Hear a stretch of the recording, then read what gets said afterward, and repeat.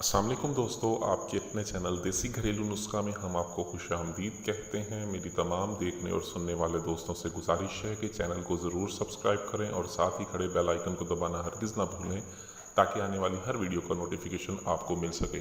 तो चलते हैं नुस्खे की जानिब। दोस्तों, आज का हमारा ये जो नुस्खा है ऐसे तमाम तर अफराद के लिए है जिनमें ताकत की कमी है, टाइम नहीं लगता, इंतशार की कमी है, कमज़ोरी हो चुकी है, पट्ठे बहुत कमज़ोर हो गए हैं, दर्द करते हैं, कमर दर्द है या फिर टांगें दर्द करती हैं। तो ऐसे तमाम तर अफराद के लिए नुस्खा बहुत ज़बरदस्त है। इस नुस्खे में जो चीज़ें इस्तेमाल होनी है वो तमाम तर आपके सामने हैं। ठीक है, एक चीज़ को मैंने पोशीदा रखा हुआ है क्योंकि वो चीज़ मैं यूट्यूब पर नहीं बता सकता, यूट्यूब की तरफ से उसे बताना मना है।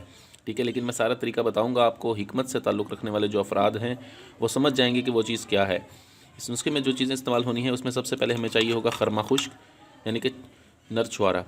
ठीक है, नर छुआरा हमें चाहिए 2 अदद, हमें नर छुआरे चाहिए होंगे। ठीक है, ये नर छुआरा देख रहे हैं आप, ये नर छुआरा है 2 अदद। हमने करना क्या है कि हमने इसको इस तरह से खोलना है, ऊपर से इस तरह से खोलना है कि इसके अंदर की गुठली निकाल देनी है।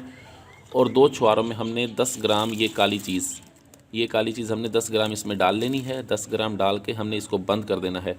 उसके बाद हमें माश की दाल का आटा चाहिए होगा, तकरीबन इतना, जिससे हम इसके ऊपर लेप कर दें, गाढ़ा सा पेस्ट कर दें और इसको रख दें। ठीक है, उसके बाद हम इसे देसी घी में फ्राई करेंगे। देसी घी में फ्राई करेंगे जब माश का आटा बिल्कुल ब्राउन हो जाएगा। ठीक है, आप इसे निकाल लेंगे। निकालने के बाद आप इसे इसके ऊपर से आटा उतार दें। कढ़ाई से निकालने के बाद आप इसके ऊपर से आटा उतार दें और अंदर से ये छुआरे निकाल के अलहदा रख दें। उसके बाद हमें चाहिए होगा कुश्ता सोना।